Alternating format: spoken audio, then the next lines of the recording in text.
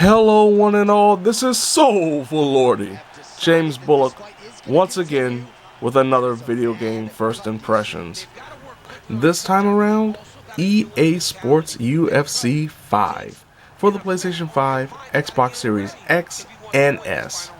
As expected, UFC 5 is not only the sequel of UFC 4, but also takes a lot of the tools and the implementations and even the advancements from UFC 4 and implements them into this game, while of course adding a few gameplay elements, changing and even subtracting some gameplay elements, especially when it comes to the variety of strikes and most importantly submissions. And that's one of the bigger changes when it comes to this game is the implementation of submissions. Gone is the chase system with a meter where players would have to try to chase each opponent's designated icon color in hopes of pulling off a successful submission. Instead, this game focuses on meters. Each fighter has a submission meter associated with them when you try to attempt or counter a submission. And depending on your meter, how full it is and how much stamina you have, you'll be able to either execute or fail that submission instead of trying to chase or button mash. The player that's trying to execute the submission will have the option of trying to take that submission to the next level. And if the player that's on the defensive end is trying to get out of the submission, if their stamina and submission bar is high enough or higher than the person that's trying to execute the submission, they'll be able to counter the submission, stopping it, and even potentially getting into an advantageous position when on the ground. Now, you can string submissions together. You can actually transform submissions, say a triangle choke into an armbar, if your meters are high enough and the player that you're trying to submit doesn't counter you faster. And one new implementation in this one is actually foregoing the submission to get into an advantageous position. For example, if you have a guillotine choke, you can roll an opponent over and get into full mount instead of going for the next phase in the submission, which I think is a fantastic idea and a great way to add a level of strategy when it comes to the ground game that really, beyond that, is mostly unchanged. There's still the legacy controls that allows you to try to counter by holding the right trigger or the R2 button and flicking the right analog stick in the direction that the opponent is trying to escape or counter your potential advantageous position or mounted position or half guard or even full guard. The highly toted clinch system that was a big draw in the previous game returns here pretty much exactly the same, because since UFC 3 where they added head movement and more emphasis on footwork, the right analog stick is no longer associated with the takedowns. It is now associated with head movement, and once again the slipping avoidances that comes with being a fantastic stand-up fighter. It's still the foundation of being the best possible stand-up fighter you can be. But they have changed one thing that I will say does not feel good at all, and that is the implementation of spinning attacks. Instead of just having a spinning back fist or a spinning roundhouse kick in your repertoire, now spinning attacks actually are a setup where you have to do the spin and then hit either the strike or the kick button to pull off a spinning attack. So if you want to use a spinning back fist, you will have to hit the X and circle button if you're on the PlayStation 5. And then right after you do the spin, you have to hit the square button to throw the punch. It's very convoluted and very similar to the overall control scheme that is EA UFC 5 and going back to UFC 3. It is not the most intuitive and player-friendly control scheme that you would find. Even now, there's still a certain level of awkwardness when it comes to the positioning of certain attacks. Now, one of the biggest things about this game that goes beyond any of the EA UFC games and even the previous Undisputed games is the fact that this game is rated mature. And one of the main reasons for that is because this is one of the bloodiest MMA games you could ever find because of the new cut system. Thanks to them using the Frostbite engine, the graphics look phenomenal. And this allows for great detail on the potential of cuts that will occur during a fight on the fighters' faces. And this also ties into the fact that you can have doctor stoppages. Now, doctor stoppages are very, very rare, and there have been a few times when the doctors come in during a fight and they have looked at the cut and let the fight continue. So it's actually quite difficult to pull off a doctor stoppage, but if you can, it is a testament to how well you've been landing at a particular point on that fighter's face to open them up so badly that the doctor has to stop the fight. And very similar to the addition of leg kick TKOs from the previous game and more referee involvement in stopping fights, doctor stoppages are one of those rare treats that can make any fight feel that much more exhilarating and rewarding depending on what side of the fence you're on. Now when it comes to modes, UFC 5 is very similar to the previous game, both offline and online. From an offline perspective, there's the prototypical fight now or exhibition options where you are able to play with any fighter on the roster and fight any other fighter on the roster as long as they're in the same weight class, or you can even mix and match like you did in UFC 4 where you condense certain weight classes together so you could have some monster fights between a middleweight and a heavyweight. A majority of the arenas and settings from the previous game return here, including the backyard and the kumite. The stand and bang options also return for exhibition purposes. There's also the event creator where you can create your own UFC event, create your own UFC fighter, even though a majority, if not all of the aesthetics and options are just like they were in the previous game, but you also have to give credit to the great facial sliders that allow you to make almost anyone that you want to make from a facial perspective. Though some of the bodies and even the tattoos that are unavailable make it kind of impossible to make your wildest dreams come true when it comes to a UFC fighter.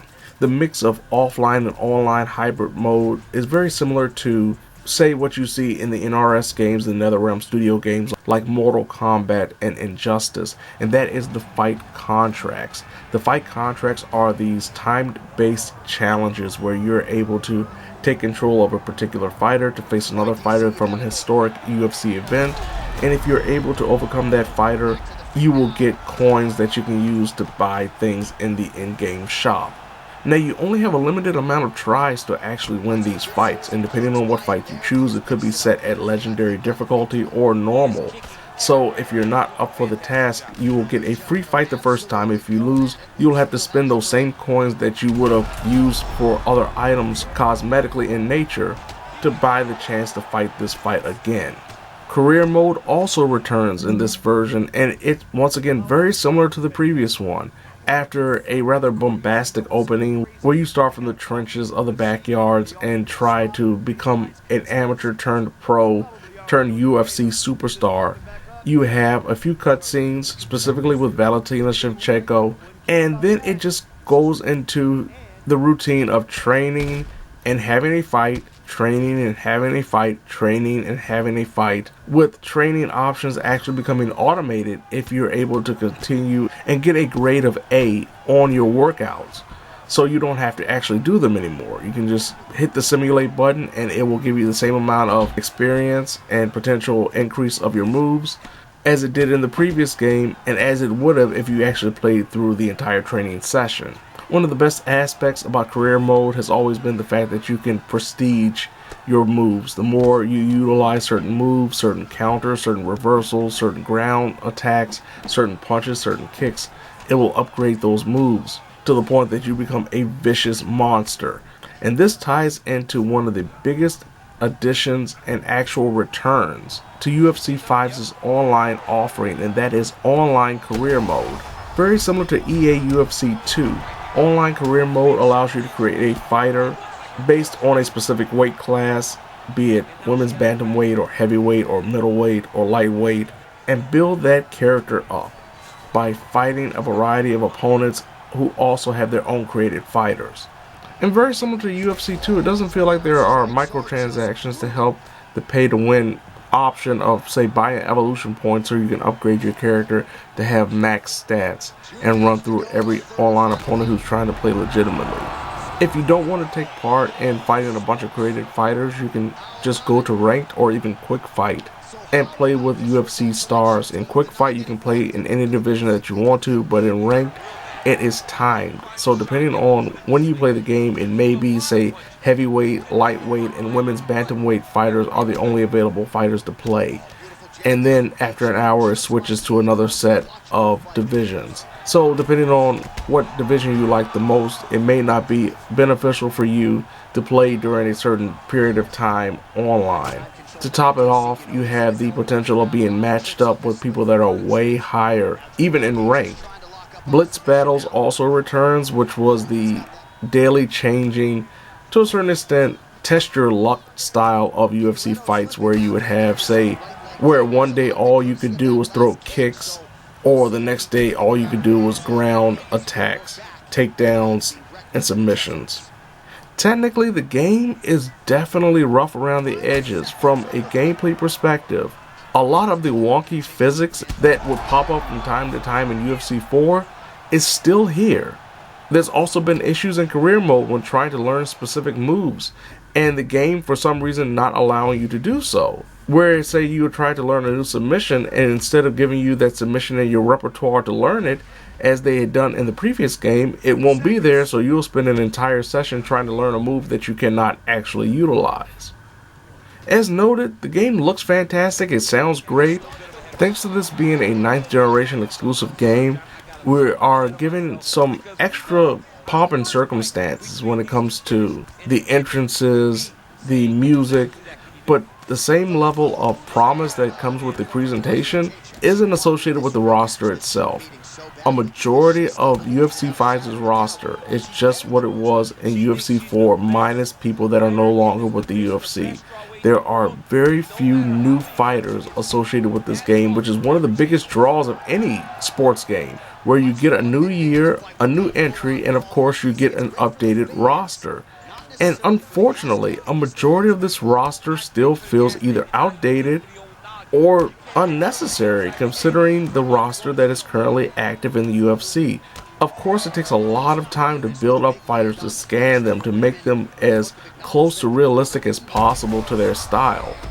But there are so many omissions when it comes to newly ranked fighters or up-and-coming fighters or fighters that have been around for quite a while that aren't a part of the roster. It makes it feel even more underwhelming than it should have been, especially considering the fact that UFC 4 also had a very similar problem where after about 6 months to a year after the release, the roster felt woefully outdated, and this one is coming out of the gate feeling just that way as well. And easily that is one of the biggest flaws when it comes to UFC 5, even though they're promising that come December, come January, come February, they have a roadmap for implementing new fighters, for updating the roster, as they did with UFC 4. But it still feels like that this game was shortchanged when it comes to making sure that it felt like the most up-to-date roster possible. Overall, EA Sports UFC 5 is very similar to UFC 4. In reality, a lot of it is just UFC 4, just given a different coat, a few more extra fighters, a better look, some blood, some guts, some doctor stoppages, some new music, and the returning of Ultimate Team Mode with a different name. If you enjoyed UFC 4, you will definitely enjoy this because this is just an extravagant, greater version of UFC 4 with the same bugs and issues that UFC 4 had even to the very end. But if you wanted more, if you wanted a better version across the board, from career mode, the offline modes, more arenas, more created character options, better online stability, then it's best to wait for this game to go on sale. There's really no reason for you to buy this game right now, other than the fact that if you want to go into the online scene and start when everyone else is. But if you're mostly an offline player, if you like career mode, if you like creating your own events and your own fighters for a big UFC mega show, if you're fine with an outdated roster, then wait for it to be on sale. There's no reason to pick it up right now if you're not strictly an online player. But if you are, as per the norm when it comes to these type of games, it's best to get in while you can before the competition gets way too high. But even with that, I still say if you can wait for it to be on sale, it's a better purchase in general than it would be at full price, especially if you already own UFC 4. So there you have it. This has been Soulful Lordy, James Bullock, once again with another video game first impressions. EA Sports UFC 5 for the PlayStation 5, Xbox Series X, and Series S. Now, if you don't mind, I have to go to the octagon with my favorite fighter of all time, Bugsy, and she will try to work her way to the top of the online career mountain and make every opponent say, Oh, lordy.